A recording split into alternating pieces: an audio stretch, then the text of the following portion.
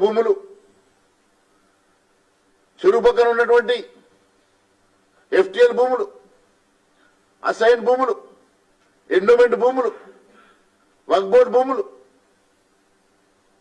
Prohibited భూములు, రకరకాలుగా భూములు ఈరోజు కొన్ని లక్షల ఎకరాల భూమి అన్యాక్రాంతమైపోతే దాని మీద సీరియస్ గా ఒక ఎంక్వైరీ చేయాలన్న చిత్తశుద్ధి లేనటువంటి వ్యక్తులు ఏదో ఒక అంశాన్ని తెర మీదకి తీసుకొచ్చే ప్రయత్నం చేస్తా ఉన్నారు. డబ్బు లావాదేవీలకు సంబంధించిన అంశాలన్నీ కూడా నీరుగార్చే ప్రయత్నం చేస్తా ఉన్నారు. గతంలో కోకాపేట భూములు యాక్షన్ చేసినప్పుడు ఇదే ముఖ్యమంత్రిగా ఉన్నటువంటి రేవంత్ రెడ్డి గారు ఆ రోజు పిసిసి అధ్యక్షుడిగా ధర్నాలు చేశారు. లాఠీచార్జ్ జరిగింది. సిబిఐకు తానే స్వయంగా వెళ్లి లెటర్ ఇచ్చాడు. అధికారం లేకుండా సిబిఐకి లెటర్ ఇచ్చినటువంటి మీరు ఈరోజు కోకాపేట ఆక్షన్ భూమి గురించి మాట్లాడతలేరు. అదే మాదిరిగా అసైన్ భూముల గురించి మాట్లాడతలేరు. మరి మియాపూర్ భూముల్లో ఆ రోజు కేకే గారు హస్తం ఉందని చెప్పి 2017లో జరిగినటువంటి రచ్చలో కూడా మీరు మాట్లాడారు.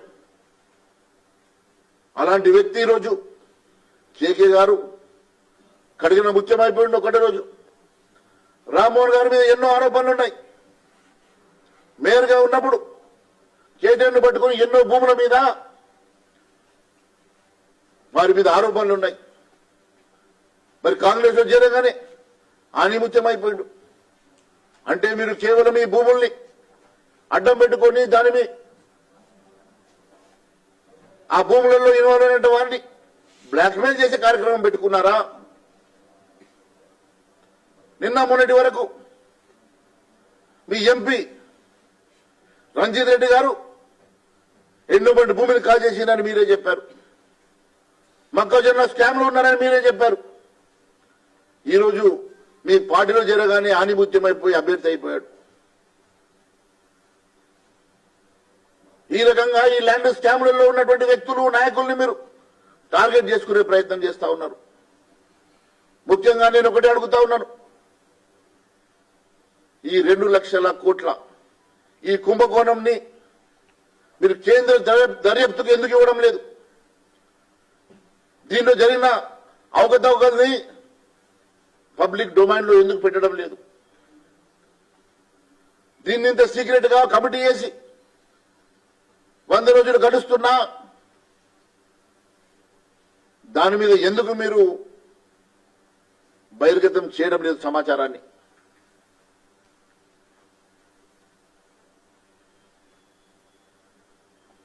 అవినీతి ఆరోపణలతో 100 కోట్లు 1000 కోట్ల రూపాయల సంబంధం ఉన్నటువంటి అంశాలను మాత్రం మీరు సీక్రెట్ గా పెడుతూ కొన్ని అంశాలను మాత్రమే మీరు ఈరోజు హడావిడి చేస్తా ఉన్నారు. ఒకవైపు ఫోన్ ట్యాపింగ్ హడావిడి. మొన్నటి వరకు కవితను అరెస్ట్ చేయకుండా ఎందుకు అరెస్ట్ చేయలేదని చెప్పేసి మాకు టీఆర్ఎస్ తోటి సంబంధం అంటగట్టే ప్రయత్నం చేశారు. మేము ఆ రోజే చెప్పాం, చట్టం తన పని తాను చేసుకోబోతుంది, దాంట్లో ఎవరి ప్రమేయం అవసరం లేదు, ఆధారాలు దొరికినప్పుడు ఖచ్చితంగా ఎవరిని అరెస్ట్ చేయాలన్నా అరెస్ట్ చేస్తుంది. దానికంటూ ఒక సంస్థ ఇండిపెండెంట్ గా స్టాట్యూటరీ బాడీ ఉన్నది, ఇండిపెండెంట్ గా సంస్థ ఉందని చెప్పాం. దాని ప్రకారమే ఈరోజు కవిత అరెస్ట్ జరిగింది. నేను ఒకటే చెప్తా ఉన్నాను, మీరు ఎన్ని రకాలుగా దీన్ని దాచిపెట్టే ప్రయత్నం చేసినా ఈ అంశాలన్నీ కూడా మేము కేంద్రం దృష్టికి తీసుకెళ్తాం. ఖచ్చితంగా ఇక్కడ జరిగినటువంటి 2 లక్షల కోట్ల కుంభకోణంలో మీరు ఎందుకు ఈ కేసీఆర్ ని కేటీఆర్ ని మీరు సేవ్ చేసే కార్యక్రమం చేస్తా ఉన్నారు, వారిని రక్షించే కార్యక్రమం చేస్తా ఉన్నారు, ప్రజలకు చెప్పాల్సిన అవసరం ఉన్నది. మరి వారితో మనం లావాదేవీలు చేసుకుంటున్నారా? మరి మాకు అందిన సమాచారం ఈ 2 లక్షల కోట్ల రూపాయలు కుంభకోణం చేసిన వారితోటి మీరు వాటా అడుగుతున్నారు 40% అని చెప్పి బయటకు వస్తున్నది. మీరు 40% వాటా అడగడానికి కారణం వల్లనే దీన్ని నీరు గార్చే ప్రయత్నం చేస్తా ఉన్నారని ప్రశ్నిస్తున్నాం. ఇప్పటి వరకు 2020 నవంబర్ 29 ప్రారంభమైనటువంటి ధరణి పోర్టల్లో కేవలం అతి తక్కువ కాలంలో ఇన్ని లక్షల ఎకరాల మటుమాయం జరిగి ప్రైవేటు వారి చేతులకు వెళ్లి లక్షల కోట్ల రూపాయల కుంభకోణం జరిగితే ఇది భారతదేశంలో అతిపెద్ద కుంభకోణంగా భావించి మీరు ముఖ్యమంత్రి అయిన వెంటనే దీని మీద సమగ్ర దర్యాప్తు చేయిస్తానని చెప్పినటువంటి మీరు ఎందుకు దీని మీద ఇప్పటి వరకు మరి సిబిఐ ఎంక్వైరీ కానీ లేకుంటే విజిలెన్స్ కానీ జ్యుడిషియల్ ఎంక్వైరీ కానీ చేయించకపోవడానికి కారణం ఏంది అని చెప్పి నేను ప్రశ్నిస్తా ఉన్నాను. 2014 తెలంగాణ రాష్ట్రం ఏర్పడ్డప్పుడు 24 లక్షల అసైన్ భూములు మరి ఇప్పుడు కేవలం 5-6 లక్షలకే మారిన దాని వెనుక కారణాన్ని మేము అడుగుతా ఉన్నాం. అసైన్ భూములు, దేవాదాయ భూములు, వక్ భూములు, అటవీ భూములు, దాదాపు 6 లక్షల ఎకరాల అటవీ భూములు కూడా ఈరోజు తగ్గిపోయినట్టుగా మరి అటవీ శాఖ రికార్డు చెప్తా ఉన్నాయి. భూదాన్లు 1,30,000 ఎకరాలు, అదే మాదిరిగా దేవాదాయ భూములు ఈ 10 ఏళ్ల కాలంలో అన్యాక్రాంతమైనటువంటి భూములు మరి ఎందుకు మీరు బయటకు తీసుకొచ్చే ప్రయత్నం చేస్తలేరు అని చెప్పేసి నేను అడుగుతా ఉన్నాను. రేవంత్ రెడ్డి గారు వీరి మీద చర్యలు తీసుకోవడానికి ఎందుకు వెనకంజ వేస్తా ఉన్నారు? కేవలం వారితో లావాదేవీలు చేసుకోవడానికి, వారిలో 40% వాటాను అడగేందుకు మాత్రమే, తద్వారా కేంద్రానికి, తద్వారా మీ జాతీయ కాంగ్రెస్ పార్టీకి డబ్బులు పంపడానికి మాత్రమే ఈ కార్యక్రమం చేస్తున్నట్టుగా మాకు అనుమానాలు ఉన్నాయి. ఈరోజు భారతదేశ కాంగ్రెస్ పార్టీ కార్యక్రమాలన్నీ కూడా హైదరాబాద్ డబ్బుతో జరుగుతున్నటువంటి సందర్భంలో ఈ రకంగా మీరు వసూలు చేసేటువంటి డబ్బే మరి ఢిల్లీకి చేరుతున్నట్టుగా మాకు అనుమానాలు ఉన్నాయి. ఏదేమైనా నేను ఒకటే చెప్తా ఉన్నాను, ఈ అంశాన్ని మేము ఆల్రెడీ కేంద్రం దీనిలో 83 కోట్ల రూపాయలు ఇచ్చింది, సమగ్ర సర్వే చేయమని చెప్పి జరగలేదు. మరి ఖచ్చితంగా rural development, land and administration department దీనిలో ఇన్వాల్వ్ అయి ఉన్నది. ఖచ్చితంగా ఆ అంశం లోపల అవసరమైతే కేంద్ర ప్రభుత్వం దృష్టికి తీసుకెళ్లి దీని మీద ఖచ్చితంగా కేంద్రం ద్వారా సమగ్ర సర్వే చేయించడానికి మేము కేంద్ర ప్రభుత్వాన్ని మేము కలవబోతున్నామని కూడా తెలియజేస్తా ఉన్నాను. నిజంగా రేవంత్ రెడ్డికి చిత్తశుద్ధి ఉంటే, నిజంగా రేవంత్ రెడ్డి గారికి అట్టడుగు బడుగు బలహీన వర్గాలకు చెందినటువంటి కొన్ని లక్షల ఎకరాల అసైన్ భూములు అన్యాక్రాంతమైనందుకు వారికి న్యాయం చేయాలన్న చిత్తశుద్ధి ఉంటే వెంటనే దీన్ని సిబిఐకి ఎంక్వైరీకి లేక జ్యుడిషియల్ ఎంక్వైరీకి ఇచ్చి వారికి న్యాయం చేసి వారి భూములు వారికి ఇప్పించాల్సిందిగా మేము కోరుతా ఉన్నాం. కానీ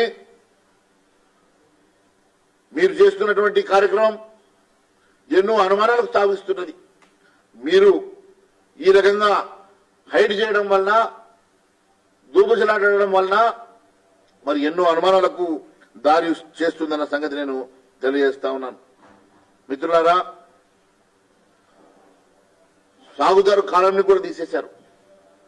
గతంలో సాగుదారు కాలం ఉంటుండే, సాగుదారు కాలం తీసి ఎన్నో అవకతవకలు, ప్రైవేటు వాళ్ళ భూములు కూడా కొన్ని లక్షల ఎకరాల భూములు ఈరోజు మరి ధరణి పోర్టులో కనబడక దాదాపు 20 లక్షల మంది రైతులు బాధపడుతున్న సంగతి మీరే గతంలో చెప్పారు. మరి వారందరికీ ఎప్పటి లోపల మీరు న్యాయం చేస్తారో, ఎప్పటి లోపల ఇవన్నీ కూడా మరి క్లారిటీ ఇస్తారు అనే సంగతి కూడా మేము అడుగుతా ఉన్నాం. మరి కేవలం ఈ రాష్ట్రం దాదాపుగా 2014 నుంచి పానీలు పూర్తిగా వినియోగంలో లేకుండా అయిపోయినాయి. పానీలు ఇంతకుముందు గతంలో పానీలు రాదురు రికార్డులు పానీల ప్రకారం ఉంటుండే. మరి 2014 తర్వాత పానీలు రాయడం మానేశారు. డిజిటలైజేషన్ పేరు మీద అన్యాయం జరిగినటువంటి ఎంతో మంది రైతాంగం ఈరోజు మరి ఇబ్బంది పడుతున్న వారిని ఎప్పటి లోపల మీరు మరి దాన్ని రెక్టిఫై చేస్తారని చెప్పి నేను ప్రశ్నిస్తున్నాను. 2020 నవంబర్ నుంచి ధరణి పోర్టల్లో ఉన్న భూములకు రెవెన్యూ శాఖ పట్టా పాస్ పుస్తకాలు జారీ చేసింది. కానీ 2017-18లో నిర్వహించిన ల్యాండ్ రికార్డ్స్ అప్గ్రేడేషన్ ప్రోగ్రామ్ లో భూముల డేటాను పోర్టల్లో నిక్షిప్తం ఎందుకు చేశారో కూడా చెప్పాల్సిన అవసరం ఉన్నది. అంతేకాకుండా ఈ కార్యక్రమాన్ని ఫోరెన్సిక్ ఆడిటింగ్ ద్వారా ఏ కంప్యూటర్ ఐడి ద్వారా ఈ నెట్వర్క్ ఏ సాఫ్ట్వేర్ ని ఉపయోగించి ఏ ఐడి ద్వారా ఇవన్నీ కూడా మరి చేశారో కూడా దీని మీద సమగ్ర సర్వే జరగాల్సిన అవసరం ఉన్నది. ఎవరో ఫారిన్ కంపెనీ వాళ్ళ చేతిలో ఈ చిట్టాను ఇచ్చి ఫారిన్ కంపెనీ వారి చేతిలో పూర్తి డాటాను పెట్టి ఈ ప్రాంత ప్రజానీకానికి చేసినటువంటి అన్యాయానికి మరి వెంటనే దీనికి ఫోరెన్సిక్ ఆడిటింగ్ ద్వారా మరి దీన్ని రెక్టిఫై చేయాల్సిందిగా మరొక నిపుణుల కమిటీ ఏర్పాటు చేసి ఫోరెన్సిక్ ఆడిటింగ్ జరిపించాలని చెప్పేసి మేము డిమాండ్ చేస్తా ఉన్నాం. మరి అంతేకాదు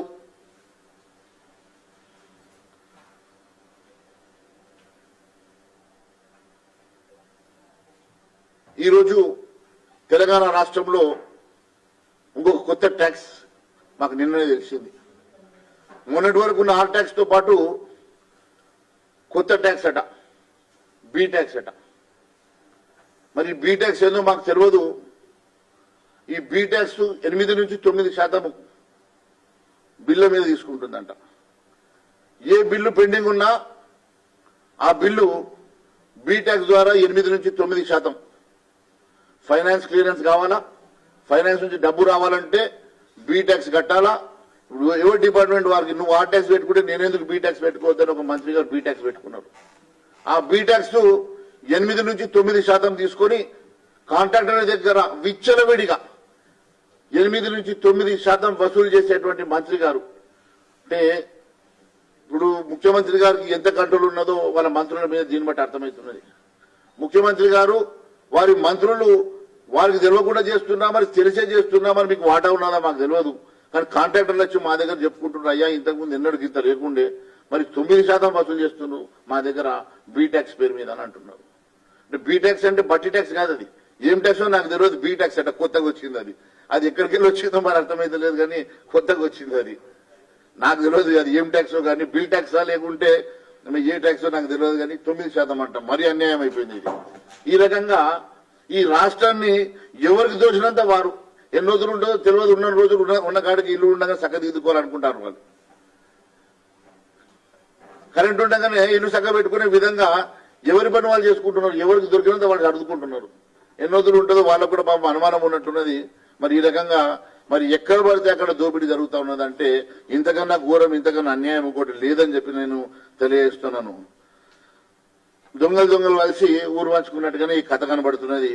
మరి నేను ఒకటే చెప్తా ఉన్నాను, మరి పెండింగ్ బిల్ల విషయంలో బిల్లులు కూడా మరి పూర్తి పైసలు ఎట్లా వస్తున్నాయనంటే నెలకు 1000 కోట్లు బాకీ చేస్తున్నారు.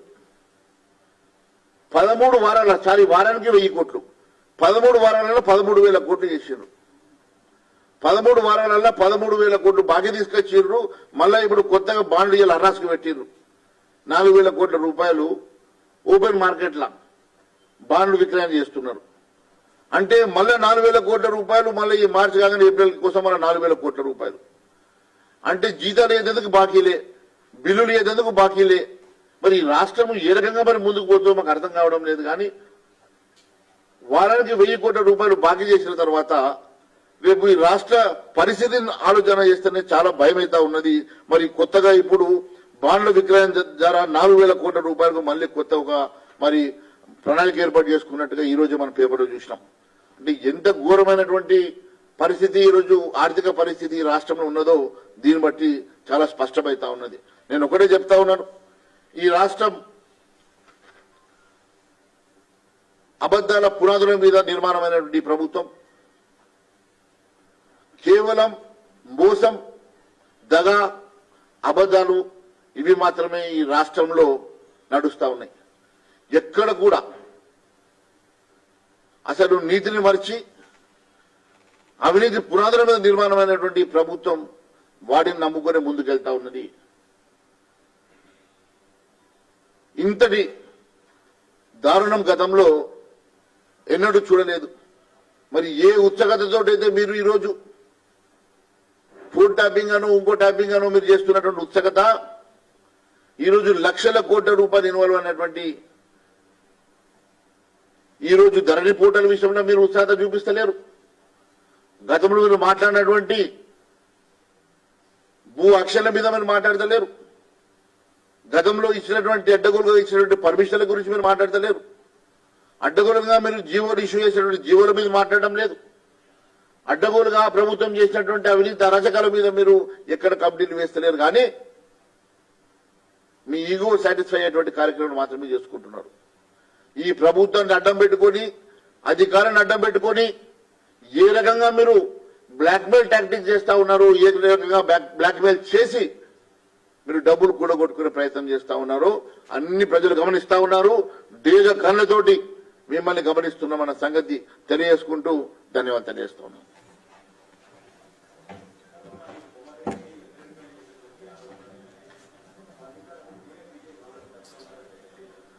అయ్యో బోడీగాడు ఆయనే ఉన్నాడు. ఒక ఒక ఆయన ఆయన ఆయన ముఖ్యమంత్రి లేకుంటే ప్రధానమంత్రి ఆయన అడగడానికి. ఇప్పుడు మహేశ్వర్ రెడ్డి అనే వ్యక్తి ఆయన ఒక చరిత్ర ఉన్నది. ఆయన రాజకీయాలు మొదలుపెట్టిన నుంచి ఇప్పటి వరకు ఒకే ఒకసారి ఆయన రాజకీయ పార్టీ మారిండు. ఆ రోజు ప్రజారాజ్యం పార్టీ కాంగ్రెస్ పార్టీలో విలీనమైంది. కాంగ్రెస్ పార్టీ అధికారంలో లేకున్నా 10 సంవత్సరాలు కాంగ్రెస్ పార్టీలో ఆహర్నిశలు కష్టపడి నేను ఆ రోజు ఏం ఆశపడకుండా నేను జేబులోకి వెళ్ళి ఖర్చు పెట్టుకుని కాంగ్రెస్ పార్టీలో పనిచేసినటువంటి చరిత్ర నాది. నాకు వాళ్ళ సిద్ధాంతాలు నచ్చక ఆ రోజు సైకిల్ కాంగ్రెస్ కి ఒరిజినల్ కాంగ్రెస్ కి ఉన్న మధ్యలో ఉన్నటువంటి పొట్లాటను నేను చూడలేక ఆ రోజు అక్కడ ఉన్నటువంటి పరిస్థితికి నేను ఈ రాష్ట్రంలో నిజంగా న్యాయం జరగాలంటే భారతీయ జనతా పార్టీ వల్ల నరేంద్ర మోడీ గారి నాయకత్వంలోనే న్యాయం జరుగుతున్న పూర్తి విశ్వాసంతో నేను మొట్టమొదటిసారిగా నా జీవితంలో నేను పార్టీ మారాను. నేను పార్టీ మారితే నిబద్ధతతో ఉంటాను. 50,000 మెజార్టీతో నన్ను గెలిపించినటువంటి నా నియోజకవర్గ ప్రజలకు నేను రుణపడి ఉన్నాను. నాకు వాళ్ళు తీర్పిచ్చారు, భారతీయ జనతా పార్టీ నుంచి గెలిపించారు. నా జీవితంలో నా కంఠంలో ప్రాణం ఉన్నంత సేపు నేను భారతీయ జనతా పార్టీ కార్యకర్తనే ఉంటాను.